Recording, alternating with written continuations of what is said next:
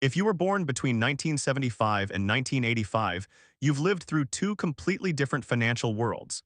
You remember dial-up internet and student loans with actual paper statements. You also manage your net worth on a smartphone app that updates every 15 seconds. You entered the workforce before social media existed, but you built your career inside an economy shaped by it. And here's the uncomfortable truth. That split identity is quietly distorting your financial decisions. You earn more than your parents did at your age, adjusted for inflation. Many of you are in the top 20–30% of income earners in your country. Household income of $120,000, $180,000, even $250,000 is common in this cohort. Yet you feel behind, not broke, not irresponsible. Just behind, that feeling isn't random. It's structural, it's psychological, and if you don't understand it, you'll keep solving the wrong problem. Xennials, those born roughly between 1975 and 1985, are financially unique. You were raised with analog expectations and digital comparisons. Your parents optimized for stability. Your environment rewards visibility. That tension creates a gap between looking successful and building optionality, and that gap is expensive. When your parents thought about money, the model was linear. Get a degree, get a stable job, buy a house, contribute 10% to retirement, pay it off in 30 years, retire at 65. The math made sense in a world where median home prices were 3–4x median income, pensions existed, healthcare inflation wasn't outpacing wage growth by multiples, and college tuition wasn't growing at 6–8% per year for decades. You absorbed that framework early, but you launched your career into something else entirely.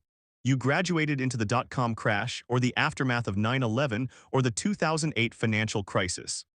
Some of you were 23 when your first 401k dropped 35%. Some of you bought your first home in 2007 and watched equity evaporate. You learned early that stable was conditional. That created a specific financial psychology, cautious but aspirational, defensive but status-aware. You don't trust the system fully, but you still feel pressure to win within it. This creates a subtle contradiction. You save, you invest, you max your retirement accounts, you understand compounding. If you invest $20,000 per year at a 7% real return for 25 years, you know that's roughly $1.3 million in today's dollars. You understand the math. But your lifestyle baseline has risen faster than your balance sheet. Let's make this concrete. Imagine a 40-year-old couple earning $220,000 combined. After taxes, maybe they net $150,000. Their fixed costs, mortgage, childcare, insurance, car payments, run $90,000. Variable spending takes another $30,000. They save $30,000 a year. On paper, that's responsible. A 14% savings rate on gross income. Respectable, but look at the margins. Their personal profit margin is 20% of net income. If one income drops by 30%, the entire system becomes fragile. Their burn rate is high, their optionality is low, they look affluent, they feel constrained. That's the Xennial tension: high income, low slack, and slack is what buys freedom. Psychologically, this cohort was trained to equate progress with visible markers. Homeownership, upgraded kitchens, reliable cars, private school tuition, international travel. Not because you're shallow, but because you came of age just as comparison became global.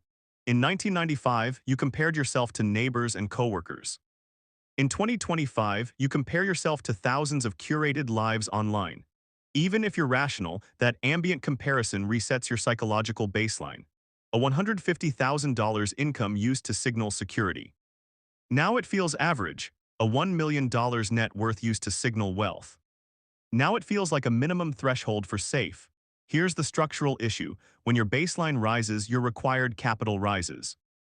If your desired lifestyle costs $120,000 per year, and you use a 3.5% safe withdrawal rate for long-term sustainability, you need roughly $3.4 million invested to support it without earned income. If your lifestyle costs $80,000, you need about $2.3 million. That $40,000 difference in annual burn rate requires an extra $1.1 million in capital. That is not a small lifestyle upgrade. That is an extra decade of work. This is where psychology becomes financial architecture. Xennials often optimize for stability because you've seen volatility. But you also optimize for comfort because you've worked hard and delayed gratification for years. You tell yourself, I deserve the upgrade, I've earned it. And individually, each decision is reasonable. a slightly larger home to accommodate remote work, a second car because commuting patterns changed, better childcare because time is scarce. A $7,000 vacation because you finally can. None of this is reckless, but collectively they compress your profit margin. Think like a business.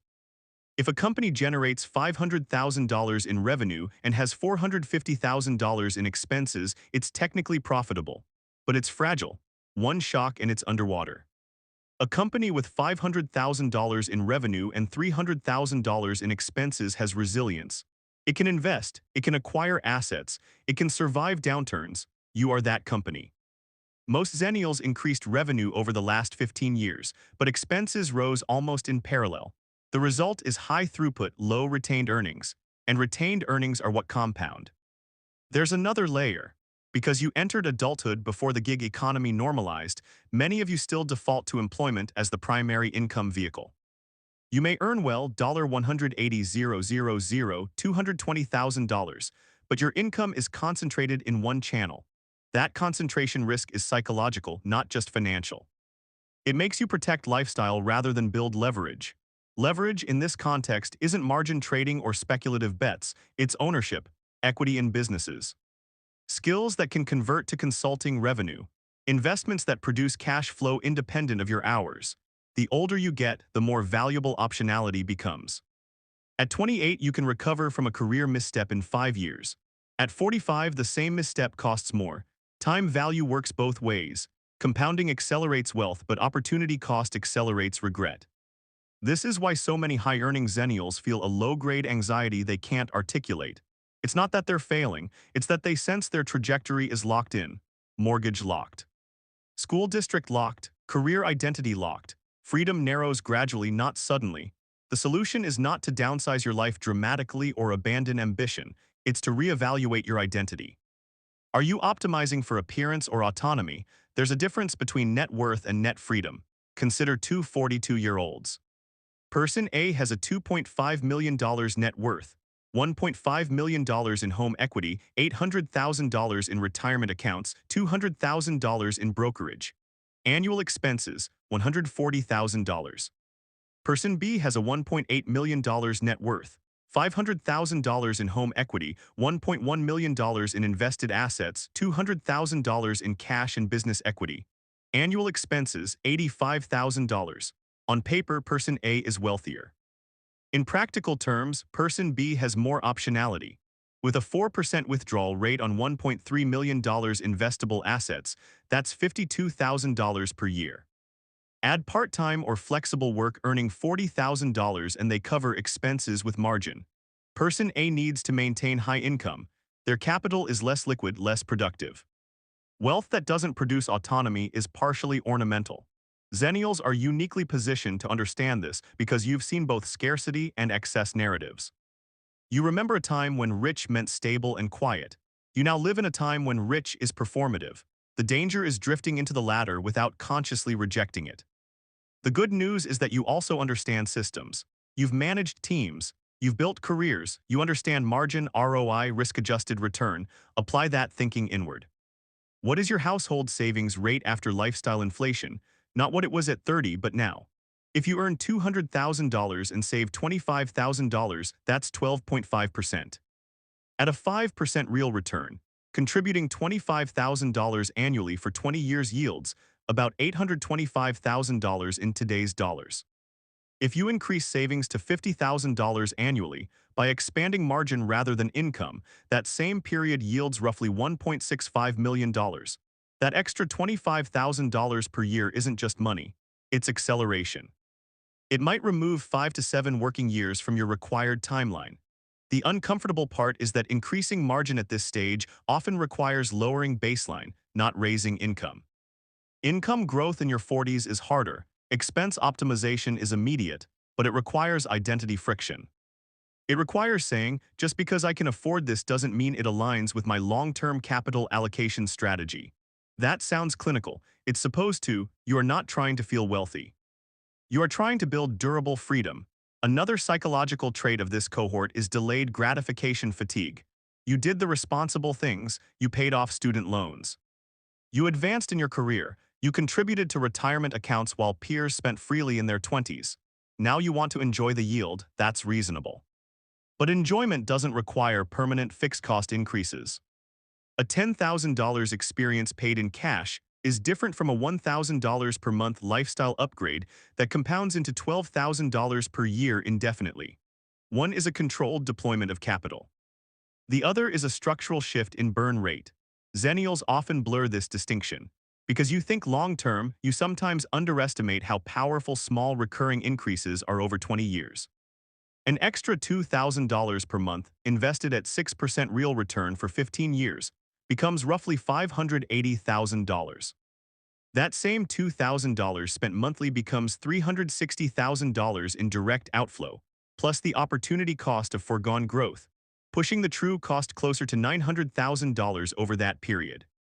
Nearly $1 million of optionality traded for incremental comfort. Again, not immoral, just structural. The deeper question is not should I spend less, it's what identity am I reinforcing? If your identity is high-earning professional who lives well, your spending will follow. If your identity is capital allocator building autonomy, your behavior shifts. One identity optimizes for visible success, the other optimizes for time ownership. Time ownership becomes more valuable in your 40s than another car upgrade because you now understand that energy is finite. Compounding is not just financial, it's physical and psychological. Stress compounds, health compounds, relationships compound, financial slack reduces stress, lower burn rate increases flexibility, flexibility improves decision quality. Better decisions improve long-term trajectory. It's a reinforcing loop. The Xennial advantage is perspective. You are old enough to see 20-year arcs. You watched early internet investors become quietly wealthy through boring compounding. You saw peers chase status and stall. You know how this story plays out. The only risk is drifting unconsciously. If you step back and model your life like a portfolio, ask, what is my required annual capital to sustain my current baseline? What return assumptions am I using? How sensitive is my plan to a 20% market drawdown in the first 5 years of semi-retirement? How diversified is my income stream? These are not dramatic questions. They are adult ones. The psychology of your generation is not reckless. It's conflicted. You value security because you've seen instability. You value comfort because you've worked hard. You value autonomy because you distrust institutions more than your parents did. Those values are not incompatible, but they require conscious design. Real wealth for this cohort is not a number. It's a ratio, invested assets to annual expenses. The higher that ratio, the more control you have over your time. If your invested assets are 10x your annual expenses, you are in a different position than if they are 4x, even if your net worth headline looks impressive. This is the shift. Stop measuring yourself against peers' visible milestones and start measuring your freedom multiple. Because at 45, prestige matters less than optionality. And the quiet truth is this: you are closer than you think or further than you think depending entirely on your margin. Not your income, not your job title, not your house, your margin. Increase that and compounding works in your favor. Ignore it, and you'll spend the next 20 years maintaining an image of success while waiting for freedom that never fully arrives. You don't need to blow up your life, you need to audit your baseline, lower the structural burn, increase retained earnings, deploy capital intentionally, protect flexibility. That's not flashy. It won't trend, but it converts labor into choice. And at this stage of life, choice is the only asset that actually feels like wealth.